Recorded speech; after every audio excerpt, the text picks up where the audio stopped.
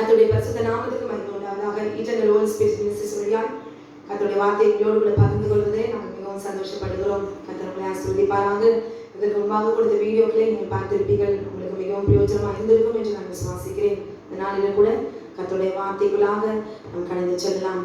என்ன நாம் இந்த நாளில் தியானிக்க போகிறோம் என்றால், ஒரு புறச்சாதியராயிருந்து ரட்சிக்கப்பட்டவர் என்னிடத்துல அவர் கேட்டார், ஆண்டவராகிய தேவன் ஒருவரே என்று நீங்கள் சொல்லுகிறீர்கள், கிறிஸ்தவர் சொல்லுகிறீர்கள், அவர் எப்படி அடிமை போல இருக்கிறதுனால, அடிமையா இருக்கிறதுனால அவரை தொழுது கொள்கிறோமா? எதனால அவர் ஒரே தேவன் என்று நீங்கள் சொல்லுகிறீர்கள்? ஒரே தேவனா இருந்தால் ஏன் அவரை காலில் தலைவணங்கி பணிந்து கொள்வதற்கு காரணம் என்ன? அப்பனா நம்ம எல்லாம் நீங்க எல்லாம் அடிமைகளா என்று அவர் கேட்டார். இந்த வார்த்தைக்கு தான் இந்த நாளிலே நாம் தெளிவை கொடுத்து நாம் தியானிக்க போகிறோம். இதை நீங்கள் கேட்டு மற்றவர்களுக்கும் நாம் ஏன் தேவனை நாம் வணங்கி நம்மை தரை மட்டும் தாண்டி ஏன் நாம் தொழுது கொள்வதற்கு காரணம் என்ன? நாம் அவருடைய அடிமைகள் என்பதற்கு காண்பிப்பதற்காக அல்ல. அல்லேலூயா.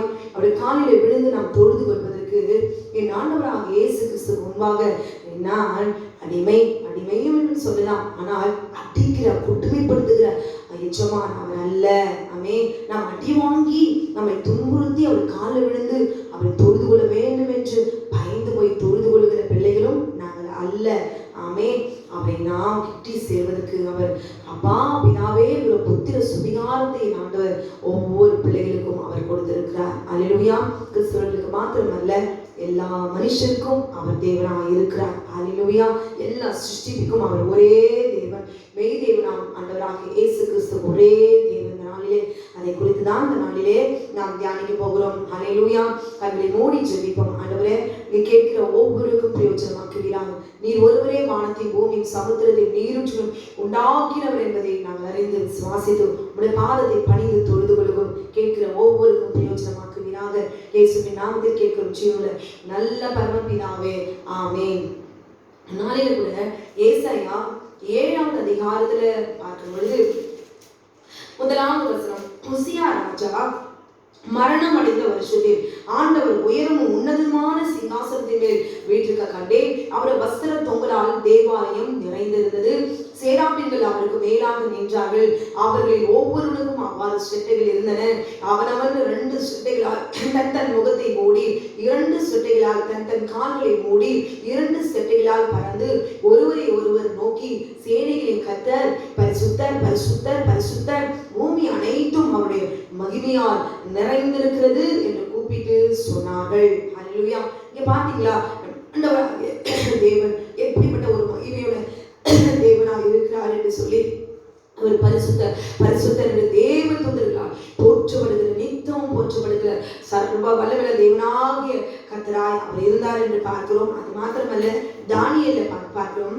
7ஆவது அதிகாரத்துல பார்க்கும் பொழுது, நான் பார்த்து கொண்டிருக்கேன், தானியேல் சொல்லுகிறார் தரிசனம் கண்டு, நான் பார்த்து கொண்டிருக்கேன், சிங்காசனங்கள் வைக்கப்பட்டது, நீண்ட ஆயுசுள்ளவர் வீற்றிருந்தார். அவருடைய வஸ்திரம் உறைந்த மழையை போலவும் அவருடைய சுரசின் மயிர் வெண்மையாகவும் பஞ்சை போலவும் துப்புரமாகவும் இருந்தது என்று சொல்லி அங்க பார்க்கிறோம். அவருடைய சிங்காசனம் அக்கினி ஜுவாலையும் அதன் சக்கரங்கள் எரிகிற நெருப்புமாயிருந்தது. அக்கினி நதி அவர் சந்நிதியிலிருந்து புறப்பட்டு போனது. 1000 பேர் அவரை சேவித்தார்கள். கோடி பேர் அவருக்கு முன்பாக நின்றார்கள். நியாய சங்கம் உட்கார்ந்தது, புஸ்தகங்கள் திறக்கப்பட்டது என்று பார்க்கிறோம். அல்லேலூயா. பிதாவாகிய தேவன் சிங்காசனத்தில் எப்படி ஒரு மகிமையுள்ள தேவனாய் நியாயாதிபதியா அங்க வீற்றிருக்கிறார் என்பதும், அவர் அக்கினிக்கு முன்பாக அக்கினி நதி சிங்காசனத்துக்கு முன்பாக அக்கினி நதி சந்நிதியிலிருந்து புறப்பட்டு ஓடினது என்பதையும் பரலோகத்தில் இருக்கிற அவருடைய மகிமை இதோ இந்த வசனத்தின் மூலமாய் நாம் பார்க்கிறோம். அது மாத்திரமல்ல, வெளிப்படுத்தல் 1ஆம் அதிகாரத்துல பார்க்கும்போது பத்மதீவிலே கர்த்தருடைய நாளிலே யோவான் கூட அவரை பார்த்து முகமுற்ற விழுந்து அவருடைய மகிமை தாங்க முடியாதபடிக்கு அவர் எழுதின ஒவ்வொரு வார்த்தையும் நீங்கள் வாசித்து பிதாவாகிய தேவனுடைய மகிமை எப்படிப்பட்டது என்பதை சொல்லி நீங்கள் அதை அறிந்து வாசித்து அவருடைய மகிமைக்குள்ளாக நீங்க என்ன செய்யும், உணர வேண்டும். நாம் ஆராதிக்கிற தேவன், நம்மை சிருஷ்டித்த தேவன், அவர் எப்படிப்பட்ட வல்லமையுள்ள தேவனா இருந்தார் என்று சொல்லி நாம் பார்க்க வேண்டும். அல்லேலூயா. அதேதான் இந்த பரலோகத்துல லூசிபர் இந்த தூதன் 3 தூதர்களே தேவனாகிய கர்த்தர் அவரோடு கூட பிரதான தூதனா அவர் இருந்தார். முதலாவது லூசிபர் அபிஷேகம் பண்ணப்பட்ட கேருபாய் இருந்தார். இருந்தவன். அல்லேலூயா. அவன் எப்படிப்பட்டவனா அவன் இருந்தான் என்று சொல்லி பார்க்கும்பொழுது எசேக்கியேல் 28வது அதிகாரத்துல நீ தேவனுடைய தோட்டமாகிய ஏதேனில் இருந்தவன் பற்பராகும் புஷ்பராகும் வைரம் படிகப்பச்சை கோமேதகம் எஸ்பி இந்திரநீலம் மரகதம் மாணிக்கம் முதலான சகலவித ரத்தினங்களும் பொன்னும் உன்னை மூடிக்கொண்டிருக்கிறது. நீ சிருஷ்டிக்கப்பட்ட நாளில் உன் மேல வாத்தியங்களும் உன் நாகசுரங்களும் உன்னில் ஆயத்தப்பட்டிருந்தது. நீ காப்பாற்றுவதற்காக அபிஷேகம் பண்ணப்பட்ட கேரும் தேவனுடைய பரிசுத்த பர்வதத்தில் உன்னை வைத்தே அக்னிமயமான கற்களின் நடுவே உலாவினாய். நீ சிருஷ்டிக்கப்பட்ட நாள் துவக்கி உன்னில் அநியாயம் கண்டுபிடிக்கப்பட்டது மட்டும் உன் வழிகளில் குறையற்றிருந்தாய் என்று சொல்லி லூசிபரை குறித்து இவன் தேவதூதனாய் இருக்கும் பொழுது அபிஷேகம் பண்ணப்பட்டவனா ஆமென், கர்த்தருக்கு முன்பாக ஆராதிக்கிறவனா ஆமென், நல்ல ஒரு நம்மை பாதுகாக்கிற ஒரு பொறுப்புள்ள ஒரு தூதனாய் அவன் இருந்தான் என்று சொல்லி பார்க்கிறோம். ஆமென் ஆமென். அப்படிப்பட்டவன் ஆமென். ஏசாயா 14வது அதிகாரத்துல பார்க்கும்பொழுது ஏசாயா 14வது அதிகாரத்துல அவன் ஏன் இப்படிப்பட்ட ஒரு மகிமையுள்ள தூதனாக இருந்தோம், ஏன் அவன் கீழே தள்ளப்பட்டு போனான். அல்லேலூயா. உன் ஆடவரும் உன் வாத்தியங்களும் முழக்கமும் ஆமென் பாதாளத்தில் தள்ளுண்டு போயிற்று. புழுக்களே உன் படுக்கை, பூச்சிகளே உன் போர்வை. அல்லேலூயா. அவனை குறித்து எழுதப்பட்டிருக்கிறது, அதிகாலை மகனாகிய விடிவெளியே நீ வானத்திலிருந்து விழுந்தாயே, சாதிகளை ஈனப்படுத்தினவனே நீ கரையில விழப்பட்டாயே, நான் வானத்துக்கு ஏறுவேன், தேவனுடைய நட்சத்திரங்களுக்கு மேலாக என் சிங்காசனத்தை உயர்த்துவேன், வட புறங்களில் ஆராதனை கூட்டத்தின் பர்வதத்திலே வீற்றிருப்பேன் என்றும் நான் மேகங்களுக்கு மேலாக உன்னதங்களில் ஏறுவேன், உன்னதமானவருக்கு ஒப்பாவேன் என்றும் நீ உன் இருதயத்தில் சொன்னாயே, ஆனாலும் நீ அகாதமான பாதாளத்திலே தள்ளுண்டு போனாய் என்று சொல்லி எழுதப்பட்டிருக்கிறது. எப்படிப்பட்ட சர்வ வல்லமையுள்ள ஆமென் மகிமையினாலே ஆமென் தேவனாலே உண்டாக்கப்பட்டிருந்தால் தேவனுக்கு துரோகம் செய்யும் போது அல்லேலூயா அவன் எப்படிப்பட்ட தூதனாக இருந்தால் தள்ளுண்டு போவான். அல்லேலூயா. அவன் மகிமை இழந்தவனால் தள்ளுண்டு போனான். அது மாத்திரமல்ல, வெளிப்படுத்தல் 12வது அதிகாரம் 3-4 வசனங்களை பார்க்கும்பொழுது அப்பொழுது வேறு அடையாளம் காணப்பட்டது, வானத்திலே காணப்பட்டது, 7 தலைகளும் 10 கொம்புகளும் தன் தலைகளின் மேல் 7 முடிகளுடைய சிவப்பான வெளி பெரிய வலுசர்ப்பம் இருந்தது. அதன் வால் வானத்தின் நட்சத்திரங்களில் ஆமென் நட்சத்திரங்களில் 1/3 பங்கு இழுத்து அவைகளை பூமியில் விழத்தள்ளிற்று. பிரசவ வேதனைப்படுகிற அந்த ஸ்திரீ பிள்ளை பெற்றவுடனே அவளுடைய பிள்ளை பட்சித்து போடும்படிக்கு அந்த வலுசர்ப்பம் அவளுக்கு முன்பாக நின்றது என்று சொல்லி பார்க்கிறோம். ஹல்லேலூயா. இந்த வலுசர்ப்பம் என்பது என்ன? அவன் தான் விழுந்த பிறகு ஹல்லேலூயா இந்த லூசிபர் ஆமென் இவன் விழுந்த பிறகு வலுசர்ப்பமாய் சாத்தானாய் ஆமென் இந்த வலுசர்ப்பம் எதை குறிக்கிறது? சாத்தானை குறிக்கிறது, பிசாசை குறிக்கிறது. அவனுடைய வால் எதை குறிக்கிறது? தேவனுடைய வார்த்தைகளை பொய் போதகத்தை போதிக்கிறது குறிக்கிறது. அது மாத்திரமல்ல, ஏசாயா 9வது அதிகாரம் 15வது வசனத்துல பார்க்கிறோம், மூப்பனும் கனம் பொருந்தினவனுமே தலை பொய் போதகம் பண்ணுகிற ஆமென் பொய் போதகம் பண்ணுகிற தீர்க்கதரிசியே வாள் என்று சொல்லப்பட்டிருக்கிறது. ஹல்லேலூயா. இதனுடைய வலுசர்ப்பத்துடைய அந்த காரியங்கள் எல்லாம் இதுல அதனுடைய அர்த்தங்கள் வெளிப்படுத்துற விசேஷத்துல ஒவ்வொருக்கும் ஒவ்வொரு அர்த்தங்கள் உண்டு. அந்த நட்சத்திரம் கீழே விழ தள்ளிற்று என்று பார்க்கும்போது நட்சத்திரம் இதை குறிக்கிறது, தூதர்களை குறிக்கிறது. ஆமென். முதலாவது பரலோகத்திலே முதல்ல இப்பொழுது யுத்தம் நடைபெற்று அல்லேலூயா அவனை தூதர்களை அவன் விழ தள்ளினான். எப்படி? வெளிப்படுத்தல் 12வது அதிகாரத்துல 7-8 வசனத்தை பார்க்கும் பொழுது அங்கே வானத்திலே யுத்தம் உண்டாயிற்று. முதல் ஏன் பரலோக ராஜ்யத்திலே வானத்திலே ஆமென் ஏன் யுத்தம் உண்டாக வேண்டும்? ஏன் என்றால் மிகாவேலும் அவனை சேர்ந்த தூதர்களும் வலு சர்ப்பத்தோட யுத்தம் பண்ணினார்கள். வலு சர்ப்பமும் அவனை சேர்ந்த தூதரும் யுத்தம் பண்ணியும் ஜெயம் கொள்ளவில்லை. வானத்திலே அவர்கள் இருந்த இடமும் இல்லாமல் போயிற்று. ஹல்லேலூயா. ஆமென். அல்லேலூயா. அந்த வானத்திலே முதலாவது யுத்தம் நடந்தபோது அவன் இருந்த இடம் கூட இல்லாமல் போயிற்று என்று பார்க்க ஜெயம் கொள்ளவில்லை. ஏன் ஆண்டவர் அங்கேயே வானத்திலே யுத்தம் நடக்கும் போதே ஏன் இந்த லூசிபரை இந்த வலுசர்ப்பத்தை ஏன் ஆண்டவர் அழிக்கவில்லை? அல்லேலூயா. வானத்திலே இந்த பரலோக ராஜ்யத்திலே யுத்தம் உண்டான போது இவன் தேவனை தொழுது கொள்ளுகிற எல்லா தூதர்களையும் தேவனை சர்வ வல்லமை தேவனை போற்றி பரிசுத்தர் என்று சொல்லி ஆராதிக்கிற பொறுப்பிலே அவன் இருந்தான். ஆனால் இவன் என்ன சொன்னான்? தன்னுடைய சார்ந்த தூதர்களிடத்துல பாரு ஆண்டவர் அவர் பெரிய சிங்காசனத்துல உட்கார்ந்திருக்கார், நம்ம எல்லாம் அடிமைகளா அவர் வச்சிருக்கிறார். அல்லேலூயா. நம்ம எல்லாம் அடிமைகள். நான் பாரு நம்ம போய் காலில் விழுந்து முழங்கால் படிட்டு அவர் பாதத்தை முத்தமிட்டு அவர் பரிசுத்தர் என்று சொல்லி ஏன் அப்படியே ஆராதிக்கலாமே. காலில் விழுந்து ஒரு அடிமைதான் ஆமென் இப்படி விழுந்து காலில் விழுந்து தொழுது கொள்ள செய்வான். ஆனா ஆண்டவர் பாரு நம்மெல்லாம் ஒரு அடிமை போல அவர் வச்சிருக்கிறார். அதனாலதான் காலில் விழுந்து அவர் தொழுது கொள்ள சொல்லுகிறார், பணிந்து கொள்ளுகிற சொல்லுகிறார். நான் தான் தேவன், என்னை எல்லாரும் நீங்க எனக்கெல்லாம் கீழானவங்க என்று சொல்லி மட்டுப்படுத்தி தேவனுக்கு துரோகம் செய்து அடிமைகள் என்கிறதான ஒரு வார்த்தை ஆமென் அவன் விதைத்து எல்லா தேவ தூதர்களையும் அவன் போய் சொல்லி ஆமென் தன் பக்கமாய் வஞ்சித்து அவன் இழுத்து கொண்டான். அல்லேலூயா. ஆண்டவர் அப்படியா ஒரு எல்லாரும் தன் காலில் சிருஷ்டித்தவருக்கு அவர் சிருஷ்டிகளுடைய கால்களில் ஒரு தாய் தகப்பனுடைய காலில் விழுந்து ஆமென் அவர்கள் பெரியவர்கள் அவருடைய ஆசீர்வாதத்தை வாங்குவது தவறில்லை. ஆனால் தேவன் அந்த நோக்கத்தோடு கூட அவர் காலில் விழுந்து தொழுது கொள்ள வேண்டும் என்று அடித்து அல்லேலூயா ஒரு கொடுமைப்படுத்தி அவரை வணங்கி ஆராதிக்க வேண்டும் என்ற நோக்கத்தோடு கூட அவர் சொல்லவில்லை. ஏன் ஆண்டவர் பிதாவாகிய தேவன் ஏன் அவரை வணங்கி தொழுது கொள்ள வேண்டும், தேவதூதர்கள் ஏன் பணிந்து கொண்டார்கள் என்று பார்க்கும் பொழுது ஆமென் பிதாவாகிய தேவன் சொல்லியிருக்க வார்த்தை கொலோசியர் 1:16 ஏனென்றால் அல்லேலூயா அவர் அதரிசனமான தேவனுடைய தற்சுரூபமும் சர்வ சிருஷ்டிக்கு முந்தின வேறுமானவர். ஏனென்றால் அவருக்குள் சகலமும் சிருஷ்டிக்கப்பட்டது ஆமென் பரலோகத்தில் உள்ளவைகளும் பூலோகத்தில் உள்ளவைகளும் ஆகிய காணப்படுகிறவர்களும் காணப்படாதவர்களுமான சகல வஸ்துகளும் சிங்காசனங்களானாலும் கர்த்தத்துவங்களானாலும் துரைத்தனங்களானாலும் அதிகாரங்களானாலும் சகலமும் அவரை கொண்டும் அவருக்கென்றும் சிருஷ்டிக்கப்பட்டது. சகலம் அவரை கொண்டும் அவருக்கென்றும் சிருஷ்டிக்கப்பட்டது. அவர் எல்லாவற்றுக்கும் முந்தினவர், எல்லாம் அவருக்குள் நிலை நிற்கிறது என்று சொல்லி எழுதப்பட்டிருக்கிறது. அல்லேலூயா.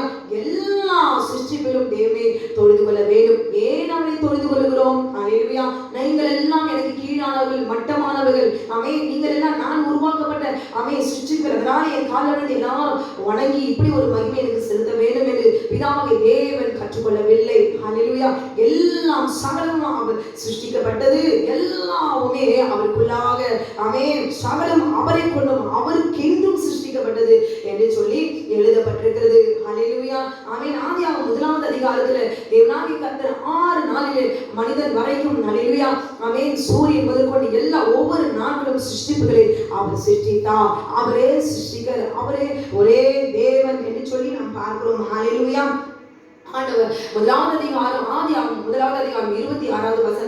நமது சாயலாகவும் தமது ரூபமாகவும் தேவன் மனுஷனை அவர் உண்டாக்கினார் என்று சொல்லி நாம் பார்க்கிறோம். சங்கீதம் 8 மகிமையினாலும் கனத்தினாலும் முடிசூட்டி என்று எழுதப்பட்டிருக்கிறது.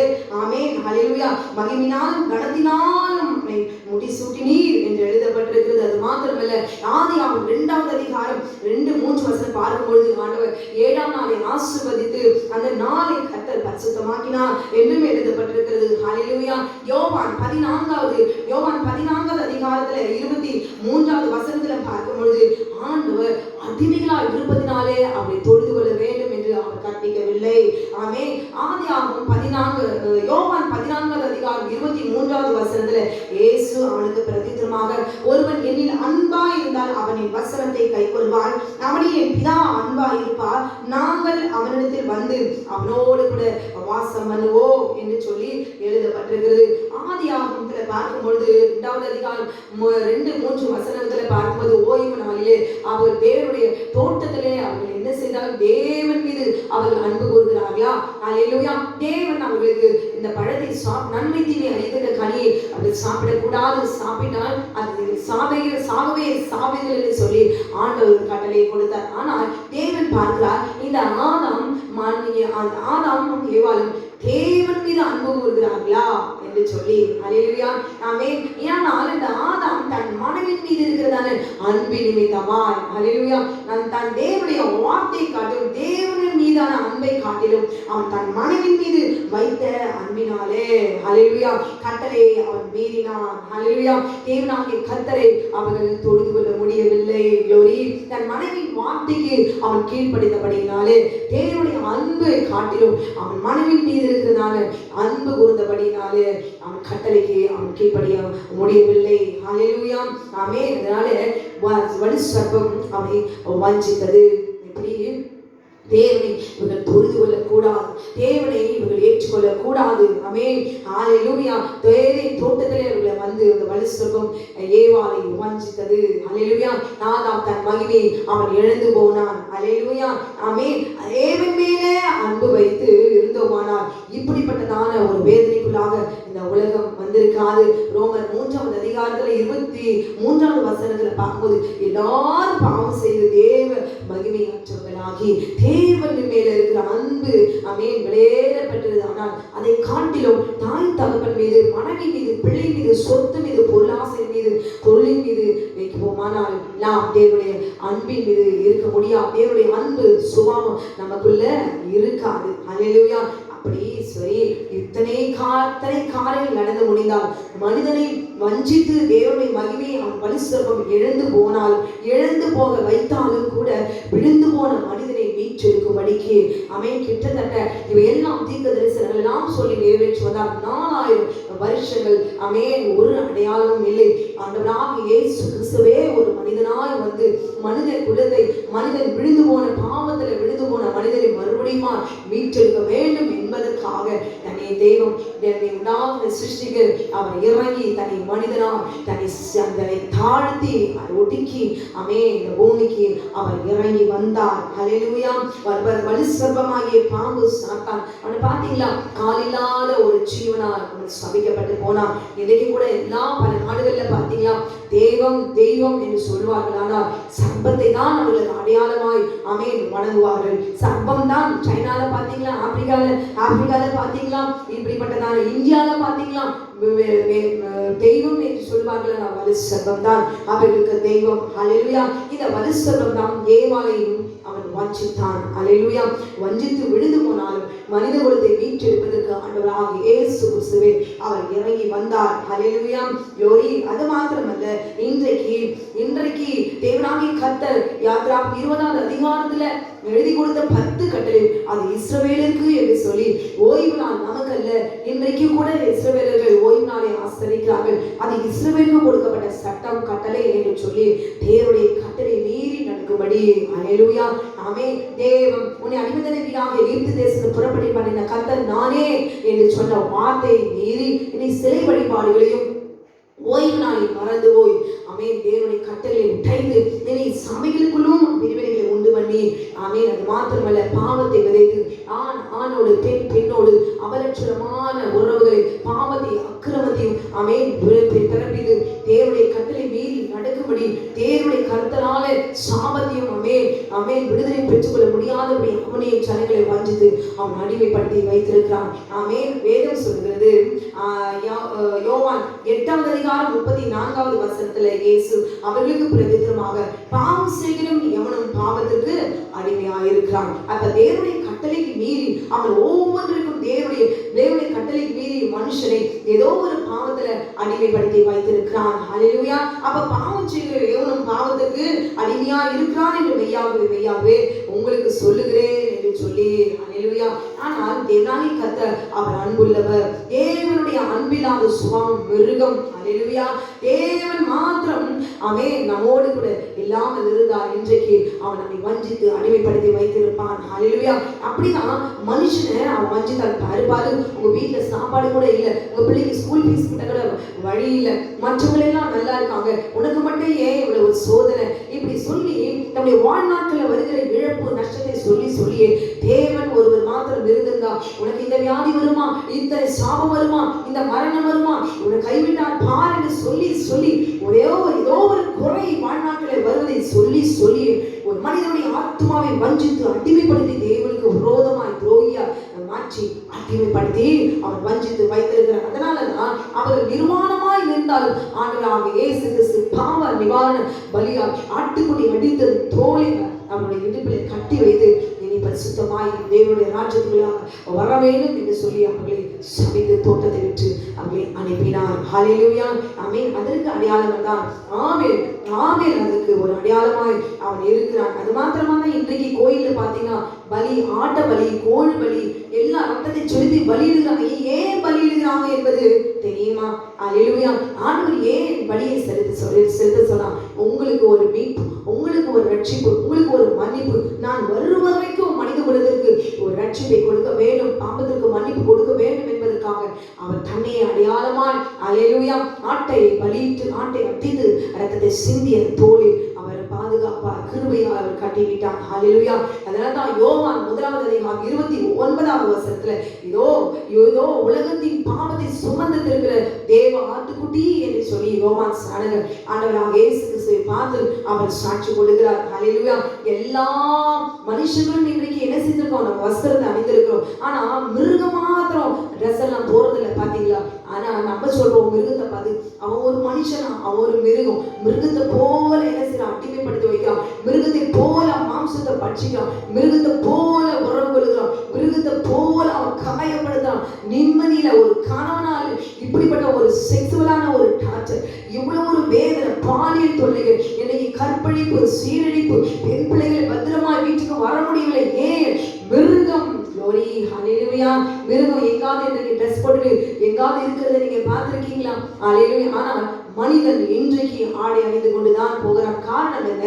ஆண்டவர் அதை அடையாளமாய் வைத்தான். யார் ஆடை அணிந்திருக்கிறார்களோ அவன் பாவத்துக்கு அடையாளமானவன். அல்லேலூயா. நாம் பாவம் செய்தபடினால இன்றைக்கு நாம் ஆடை அணிந்து கொள்கிறோம். ஆனால் மிருகம் பாவம் செய்யவில்லை. அதனாலதான் இன்றைக்கும் நம் கண்முனே அது நிர்வாணமாய் ஓடி திரிகிறது. நம் கண்முன்னாக அது அசிங்கமாய் தெரியவில்லை. ஏனென்றால் அது ஒரு பாவம் செய்யாத ஒரு மிருகம். அந்த பாவம் செய்யாத மிருகத்தை ஆட்டுக்குட்டியாக இன்றைக்கும் அல்லேலூயா அவர்கள் பலி செலுத்திக் கொண்டிருக்கிறார்கள். அன்றைக்கு பலி செலுத்ததுக்கு அடையாளம் என்ன? நமக்கு பாவத்திலிருந்து விடுதலை கொடுக்கும்படி ஆட்டுக்குட்டிய ரத்தம் சிந்தப்பட்டது. நான் வரும் வரைக்கும் உங்களுக்கு ஒரு மீட்பை நான் தருகிறேன் என்று பிதாவாகிய தேவன் ஆதாமுக்கும் ஏவாளுக்கும் என் ஆண்டவர் கொடுத்தார். அல்லேலூயா. ஆமென். அது மாத்திரமல்ல, அல்லேலூயா, யோவான் மத்தேயு 1:21 வசனத்துல அங்க சொல்லப்பட்டது, அவள் ஒரு குமாரனை பெறுவாள், அவருக்கு இயேசு என்று பெயரிடுவாராக. ஏனாலா உலகத்துடைய ஜனத்தின் பாவத்திலிருந்து ரட்சிக்கக்கூடியவர் இவரே என்று சொல்லி, ரட்சிக்கிறவர் இவரே என்று சொல்லி. அது மாத்திரமல்ல, யோவான் 1 பார்க்கும் பொழுது யோவான் 1 யோவான்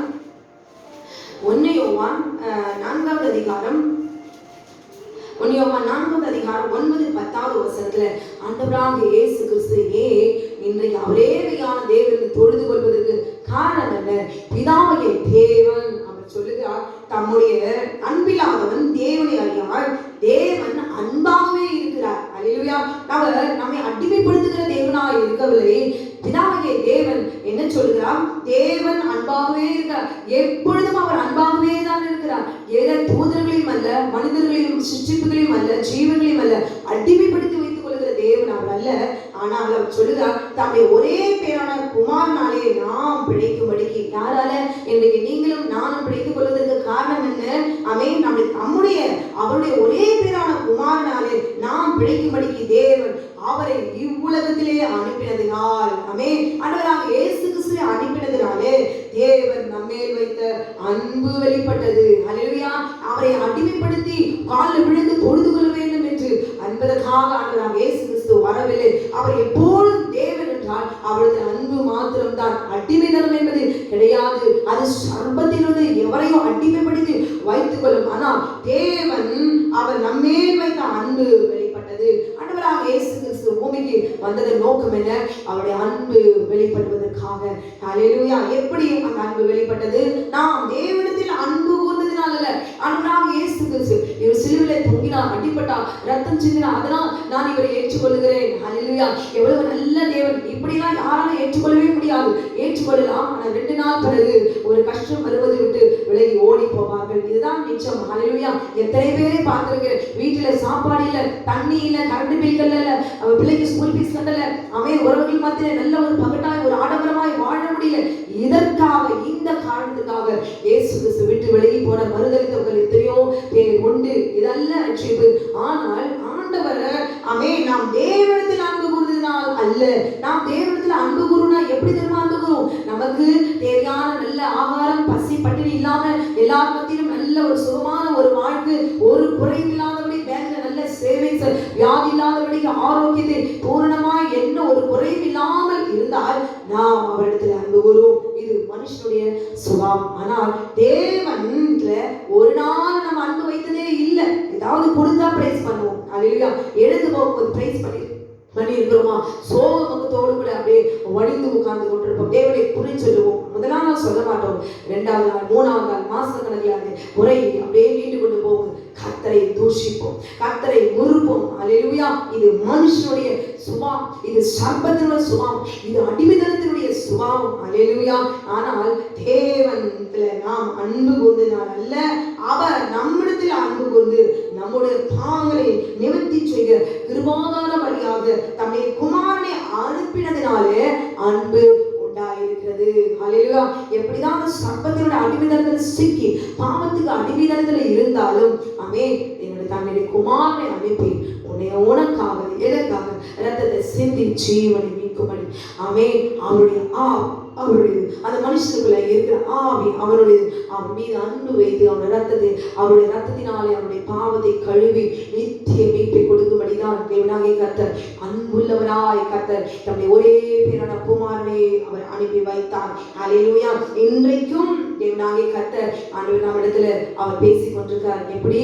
குமாரனுடைய ரத்தம் இன்றைக்கும் பரிந்து பேசிக் கொண்டிருக்கிறது. ஒரு மனுஷனுடைய பாவத்தின் பலனா நியாய தீர்ப்பு வந்தாலும் அவனுக்காக பரிதபிக்கிற ஒரே தேவன் ஆண்டவராக இயேசு கிறிஸ்து மாத்திரமே. ஹல்லேலூயா. பரிதபிக்கிற தேவன், பரிந்து பேசுகிற தேவன், பிதாவிடத்துல நேரம் பரிந்து பேசிக் கொண்டிருக்கிறார். ஆண்டவர் பேசி நமக்காக அவர் பேசுகிறதுனாலதான் இன்றைக்கு எவ்வளவு கெட்ட வார்த்தைகள், எவ்வளவு ஜீவனுக்கு விரோதமாக பேசுற வார்த்தைகள், சாபம், வாயில வந்து சாப வார்த்தைகள், குடும்பத்துல நிம்மதி சமாதான சண்டைகள், ஆனாலும் இன்றைக்கு நின்று கொண்டிருப்பதற்கு காரணம் அல்ல. கர்த்தர் உங்களுக்காக பரிந்து பேசுகிறார். அவர் ரத்தம் உங்களுக்காக பரிந்து பேசிக் கொண்டிருக்கிற, தப்பி பிழைத்துக் கொண்டிருக்கிறோம். அல்லேலூயா. 1 பேதுரு 5வது அதிகாரம் 8வது வசனத்துல அங்க சொல்கிறார், உங்கள் எதிராளியாகிய பிசாசானவன் கெர்ச்சிக்கிற சிங்கத்தை போல எவனை விழுங்கலாமோ என்று வகை தேடி பார்த்து கொண்டிருக்கிறான். அல்லேலூயா. ஆமென். உங்களை எப்படி விழலாம், உங்களை எப்படி கீழே வைக்கலாம், எந்த சந்தர்ப்பத்துல எந்த ஒரு பலவீனத்தை உங்களை அடித்து தாக்கலாம், உங்க குடும்பத்துல எது பலனா இருக்குது அந்த பலனை அடித்து விழுத்திட்டோம்னா இவனை நாம் பக்கமாய் அடிமைப்படுத்தி வைத்துக் கொள்ளலாம் என்று அவன் வஞ்சிக்கிறவனா கெர்ச்சிக்கிற சிங்கத்தை போல, ஓனாய் போல, சிங்கத்தை போல உங்களை பார்த்து கொண்டிருக்கான். ஒரு ஆத்துமாவை விழுங்குவதற்காக பார்த்து கொண்டிருக்கான். எப்படியாவது தேவனை ஏற்றுக்கொள்ளலாம், எப்படியாவது ஒரு விதத்தை தேவனை தூஷிக்கும்படி, தேவனை மறுதளிக்கும்படி, அவருக்கு விரோதமாய் மாற்றும்படி.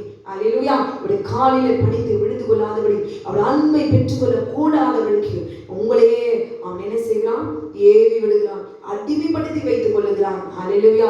இந்த அடிமைத்தனத்தை விடுதலை ஆக்கி பரிதபித்து பரிந்து பேசுகிற தேவனாகிய கர்த்தர், எனக்கு ஒருவரே நீ என்ன கஷ்டப்படுத்தாலும் சரி, அல்லேலூயா, எந்த விதத்திலும் என்னை நீ அடிமைப்படுத்தப்பட கூட முடியாது என்று சொல்லி அவனுக்கு விரோதமாக எதிர்த்து நின்றால் மாத்திரமே, தேவனுடைய அன்பை ருசித்தால் மாத்திரமே அவன் எல்லா விதத்திலும் ஜெயிக்க முடியும். யோவான் 8வது அதிகாரம் 34வது வசனத்துல பாவம் செய்கிறவன் பிசாசுக்கு அடிமையாக இருக்கிறான். அப்ப எந்த ஒரு பலவீனத்துல சிக்கி இருக்கிறீர்களோ, எது உங்களுக்கு அடிமைப்படுத்துகிறதோ, ஒருவேளை குடும்பத்துல மனைவியுடைய டார்ச்சர், மனைவியுடைய வார்த்தைகள், அப்படி துன்புறுத்தல்கள். ஆமென். இங்க எத்தனையோ கணவன்மார்கள் மனைவிக்கு அடங்கி போகிறாங்க. இவளை தொல்ல தாங்க முடியல, அவளுக்கு அடிமையாய், அவளுக்கு சிக்கி, அவளுடைய வார்த்தைக்கு எனக்கு எழ முடியாதபடி இது பக்கம் கர்த்தருடைய வார்த்தை உண்மையாயிருந்தாலும் தன் மனைவிக்கு அடங்கி போகிற எத்தனையோ கணவன்மார்கள் உண்டு. கணவனுடைய அடிமைத்தனத்தினாலே மனைவிமார்கள் எத்தனையோ பேர் அடிமைப்போடு வாழ்ந்து கொண்டிருக்கிறார்கள். தாய் தகப்பன் இப்படி கொடூரமானவர்களா இருக்கிறதுனால எத்தனையோ பிள்ளைகள் சுதந்திரம், தெய்வீக சுதந்திரம் பறிபோய் போய் காணப்பட்டிருக்கிறதை நான் பார்த்திருக்கிறேன். அல்லேலூயா. இன்றைக்கு குடும்பத்துல சமாதானம் இருக்கிறதா, நிம்மதி இருக்கிறதா? ஒரே திருமணமான புதில கணவன் மனைவி சந்தோஷமா புது உறவு இணைப்புல பாசத்துல ரொம்ப சந்தோஷமா குடும்பத்துல இருக்கும். ஆனால் அவர்கள் பிள்ளைகள் 2 பிள்ளைகள் 3 பிள்ளைகள் பெற்ற பிறகு கணவன் மனைவிக்குள்ள ஒரு விரிசல், அடிமைத்தனம், உன்னால வந்தது, என்னால வந்தது, என் வார்த்தைக்கு கீழ்ப்படிய வேண்டும் என்று சொல்லி ஒருவர் தனக்கு அடங்கி இருக்க வேண்டும் என்று அடிமைத்தனத்தை அவர்களுக்குள்ளாக வாஞ்சித்து வைத்து பாவத்தை விட்டு வெளியே வராதபடிக்கு அந்த பிள்ளைகள் தாய் தகப்பனுக்கு பயந்து அந்த குடும்பமே ஒரு சண்டைக்கார குடும்பம் போல ஒரு அடிமைத்தனத்தை சிக்கிற அநேக குடும்பங்கள் ஏராளம் உண்டு. அல்லேலூயா. ஆமென். அப்படி நீங்க இருக்கிறீங்களா? நல்ல தகப்பன் என்றால் அவரை பார்த்து பயம் வராது பிள்ளைக்கு. ஒரு தகப்பனை பார்த்து ஒரு பிள்ளைக்கு பயம் வருகிறதா? அப்படியானால் அங்கு அன்பு இல்லை. நான் சொல்லுகிறது உங்களுக்கு புரிகிறதா? தகப்பனுக்கு வருகிற பயம் எப்படிப்பட்ட ஒரு பயமா இருக்கும். என் தகப்பன், என் அப்பா இப்படிப்பட்ட ஒழுக்கம் உள்ளவர், என் அப்பா ஞானம் உள்ளவர், எங்க அப்பா உத்தமன். இந்த கணத்தை பார்த்து பயம் வர வேண்டும். ஆனால் எங்க அப்பா என்னை அடிக்கிறவர், எங்க அப்பா என்னை சும்மாவே அடிப்பார், எப்ப பார்த்தாலும் கெட்ட வார்த்தை பேசுவார், எங்க அப்பா ஒரு கொடூரமானவர், கோல் எடுத்து அடிப்பார். இப்படிப்பட்ட ஒரு பயத்தில ஒரு குடும்பத்திலே ஆளை செய்ய கூடாது. ஒரு அப்பாவை பார்த்தாலே கனம் பண்ண வேண்டும். அப்படிப்பட்ட ஒரு பயம், அல்லேலூயா, ஒரு கனவு மகிமை நிறைந்த ஒரு பயம் வர வேண்டும். தகப்பனை பார்க்கும் பொழுது, தாயை பார்க்கும் பொழுது அப்படியே வர வேண்டும். தாய் அடிப்பா, கெட்ட வார்த்தையில பேசுவான், நொறுக்குவா, ஆகாரம் போட மாட்டான், சபிப்பா. இப்படிப்பட்ட தாயார் இருக்கக்கூடாது. அல்லேலூயா. பிள்ளைகளும் அப்படிதான். அல்லேலூயா. அப்படிதான் ஒரு குடும்பம், ஒரு மனைவி, ஒரு பிள்ளைகள் என்றால் அது அடிமைத்தனத்தினாலே வருகிற ஒரு பயமோ அடங்கி இருக்கிற தன்மையோ இருக்கக்கூடாது. என் அப்பா வாசல்கிட்ட வரும்போது பிள்ளைகள் ஓடி போய் பாய்ந்து மார்பில் அள்ளி அரவணைத்துக் கொள்ள வேண்டும். அல்லேலூயா. அன்பான வார்த்தைகளை பேச வேண்டும். இப்படிப்பட்ட ஒரு குடும்பம் தான் தேவனால் பிணைக்கப்பட்ட அன்புள்ள குடும்பமாய் இருக்கும். அல்லேலூயா. யாரையும் அடிமைப்படுத்த வேண்டும் என்று ஒரு மனுஷனை கர்த்தர் உண்டாக்கவில்லை. அல்லேலூயா. ஆனால் அடிமைத்தனத்தில் இருக்கிற காரணம் சுபாவம் எது?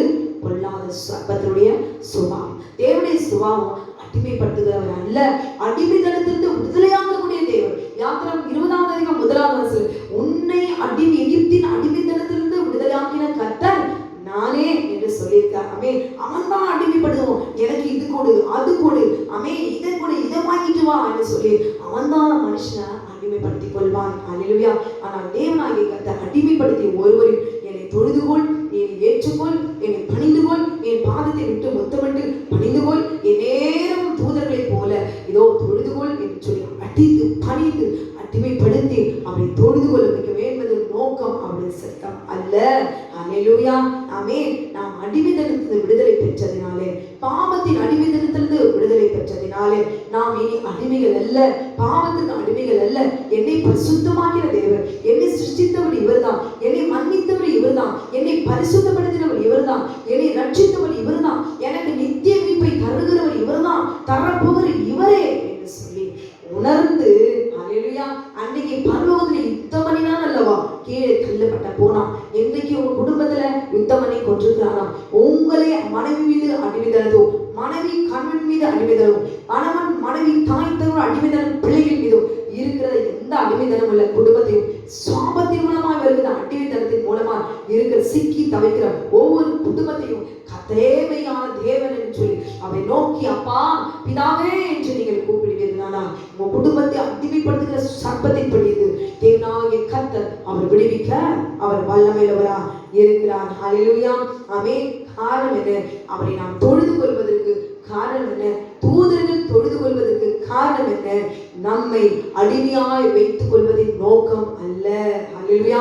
பிதாவாகிய தேவன் நம்முடைய சொந்த குமாரன் நமக்கு தந்து நம்மிடத்துல அன்பு கூர்ந்தபடியால் நாம் அவரை தொழுது கொள்கிறோம். சர்ப்பத்தின் தலையை நசுக்கினவர், அடிமைத்தனத்தை ரத்தம் சிந்தி நம்முடைய தேவனாகிய கர்த்தர் நம்மீது அவர் அன்பு வைத்தார். 1 யோவான் 3ஆம் அதிகாரம் 8ஆவது வசனத்துல ஆண்டவர் பிசாசுடைய கிரியை அழிக்கும்படி தேவகுமாரன் வெளிப்பட்டார் என்று எழுதப்பட்டிருக்கிறது. கர்த்தருக்கு தேவனுக்கு கீழ்ப்படிந்தவர்கள், அப்பொழுது அவன் என்ன செய்வான்? பொல்லாத பிசாசு உங்களை விட்டு ஓடி போவான். தேவனுக்கு கீழ்ப்படிந்தவர்கள்.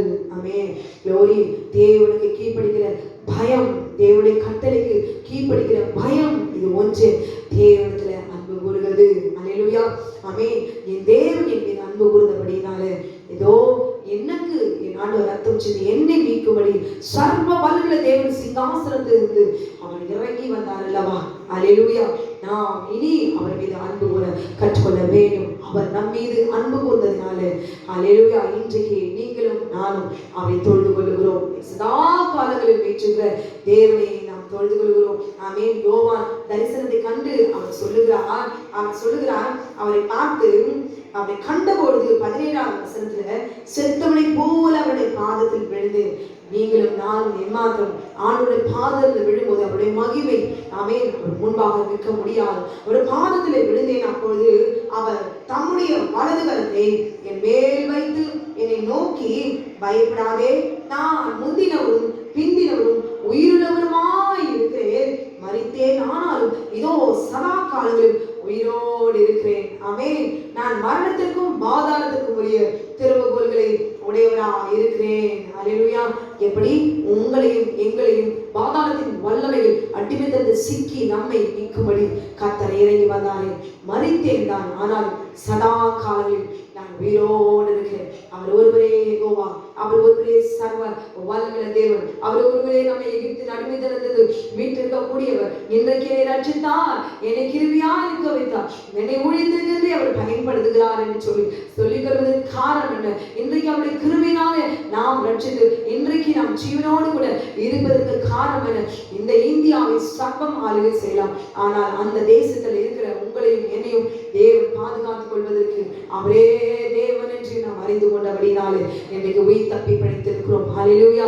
ஆமென். இன்றைக்கு ஒரு நாள் நாம் மரித்து போனால் நாம் உயிரோடு இருக்கும்போது பிதாவாகிய தேவனை சதா காலங்களிலும் உயிரோடு இருக்கிறவரை, ஆமென், அவருடைய கட்டளைக்கு கீழ்ப்படிந்து இருக்கிற உங்களையும் எங்களையும் என் ஆண்டவர் ஒரு நாள் அவர் எழுப்பி சதாக்களில் என்னாலும் அவரை பரிசுத்தர் பரிசுத்தர் பரிசுத்தர் என்று சொல்லி போற்றி துதித்து பாடி மகிமைப்படுத்துவதில் நீங்களும் நாங்களும் காணப்பட வேண்டும். அல்லேலூயா. அடிமைப்படுத்தி தேவனாகிய கர்த்தர் ஒருவரையும் அவர் மகிமையை ஏற்றுக்கொள்ள விரும்புவதில்லை. அவர் அன்பினாலே, அவர் நம் மீது அன்பு கூர்ந்தபடியினாலே நாம் அவரை ஆராதிக்கிறோம், துதிக்கிறோம், ஸ்தோத்தரிக்கிறோம். கர்த்தரை அறிகிற அறிவினாலே அவர் நம்மை நிரப்புவாராக. அல்லேலூயா. மற்ற தேவர்கள் எல்லாம், மற்ற பிசாசுகள் எல்லாம், வலு சர்ப்பத்தினுடைய கீழ் விழுந்த தூதர்கள் எல்லாம் அவனை வணங்கி பணிந்து அடிமைப்படுத்திக் கொள்ள வேண்டும். அவனை வணங்கவில்லை என்றால் அவன் பழி வாங்குவான், இரத்தத்தை குடிப்பான். அல்லேலூயா. ஆனால் நம்முடைய தேவன் இரத்தத்தை குடிப்பதற்காக அவர் இரத்தத்தை நமக்கு அவர் இரத்தத்தை கொடுத்தார். அல்லேலூயா. சிந்தினார். க்ளோரி. அல்லேலூயா. ஜீசஸ். அல்லேலூயா. அந்த நாளிலே கர்த்தருடைய வார்த்தை உங்களுக்கு பிரயோஜனமாக இருந்திருக்கும் என்று நான் விசுவாசிக்கிறேன். ஒவ்வொருக்கும் கர்த்தருடைய வார்த்தையை நீங்கள் பகிர்ந்து கொள்ளுங்கள். கர்த்தர் உங்களை ஆசீர்வதிப்பாராக. ஆமென். இந்த கர்த்தருடைய வார்த்தையை மற்றவர்களுக்கு பிரயோஜனமாக்கி கொள்ளுங்கள், மற்றவர்களுக்கும் இது விதைகள். ஒரு பாடலை பாடி கர்த்தருடைய வார்த்தைகளாக நாம் கடந்து செல்லலாம். அநாதி தேவன் உன் அடைக்கலம். அல்லேலூயா. இந்த பழைய பாடலை பாடி நாம் கர்த்தரை மகிமைப்படுத்த போகிறோம். அநாதி தேவன் உன் அடைக்கலம், அவன் நித்திய புயங்கள் உன் ஆதாரம் என்று சொல்லி